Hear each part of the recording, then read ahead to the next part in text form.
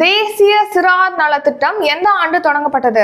Answer 2014ஆம் ஆண்டு. தேசிய சிறார் நலத்திட்டம் அப்படிங்கிறது 2014ஆம் ஆண்டு தொடங்கப்பட்டது. சோ இந்த ஸ்கீமோட இன்னொரு நேம் என்ன அப்படின்னா ராஷ்டிரிய கிஷோர் ஸ்வஸ்திய காரியக்ரம். ராஷ்டிரிய கிஷோர் ஸ்வஸ்திய காரியக்ரம், இதுதான் தேசிய சிறார் நலத்திட்டம் அப்படிங்கிறது. இது எதுக்காகனா இப்போ 10 வயதுல இருந்து 19 வயது வரை இருக்கக்கூடிய குழந்தைகளுக்காக தான் இந்த திட்டத்தை தொடங்கியிருக்காங்க. அவங்களுடைய நலன்களுக்காக அவங்களுக்கு விழிப்புணர்வு ஏற்படுத்துறது, எப்படி நீங்க ஒரு நோய் ஏற்படுறதுக்கு முன்னாடி நம்ம என்னென்ன முன்னெச்சரிக்கை நடவடிக்கைகள் மேற்கொள்ளணும் அப்படிங்கிற மாதிரியான விஷயங்கள்லாம் இந்த திட்டத்தின் கீழ் இந்த சிறுவர்களுக்கு பயிற்சி அளிக்கிறாங்க. 2014ஆம் ஆண்டு ஜனவரி 7ஆம் தேதி தொடங்கப்பட்டிருக்கு.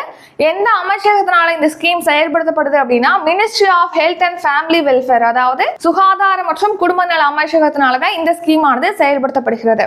இப்ப எதுக்காக இந்த தேசிய சிறார் நல திட்டம் பத்தி பாக்குறோம்னா, இந்த திட்டத்தின் கீழ் பாத்தீங்கன்னா ஸ்கூல்ஸ்ல 6 to 12 வரைக்கும் இருக்கக்கூடிய அந்த சிறுவர்கள், அதாவது மாணவர்கள் 50,76,000 மாணவர்களுக்கு பாத்தீங்கன்னா இந்த நோய் எதிர்ப்புக்கான அந்த முன்னறிவிப்பு முன்னெச்சரிக்கை நடவடிக்கைகளானது அவங்களுக்கு கத்துக் கொடுக்குறாங்க மருத்துவ அலுவலர்கள் மூலமா. 3 மாதங்களுக்கு பாத்தீங்கன்னா 3 மாதங்களுக்கு ஒரு முறை நோய் தடுப்பு குறித்த பயிற்சியானது அவங்களுக்கு வழங்கப்படுகிறது. சோ இந்த தேசிய சிறார் திட்டத்தின் கீழ் இந்த உங்களுக்கு பயிற்சி கொடுக்குறாங்க. அப்படி பயிற்சி பெற்ற அந்த சிறார்கள் மூலமா, அந்த மாணவர்கள் மூலமாக 1 கோடி குடும்பங்களுக்கு அந்த நோய் எதிர்ப்பு பயிற்சி, அந்த நோய் எதிர்ப்பு குறித்த விழிப்புணர்வை 1 கோடி குடும்பங்களுக்கு வழங்கணும் அப்படிங்கிறதுக்காக தான் இப்போ ஒரு விழிப்புணர்வு திட்டமானது தமிழ்நாட்டில் இப்போ ரீசெண்டா தொடங்கி வச்சிருக்காங்க நம்ம தமிழ்நாடு மக்கள் நல்வாழ்வுத்துறை அமைச்சர் மா சுப்பிரமணியன் அவர்கள். சோ எங்க தொடங்கி வச்சிருக்காங்கன்னா சென்னையில ஸ்ரீராமகிருஷ்ண மிஷன் சாரதா வித்யாலயா மாதிரி பெண்கள் மேல்நிலை பள்ளியில தான் இப்போ இந்த 1 கோடி குடும்பங்களுக்கு மாணவர்கள் மூலமாக நோய் தொடர்பான விழிப்புணர்வை ஏற்படுத்துறது, நோயை எப்படி எதிர்கொள்ளணும் அப்படிங்கிற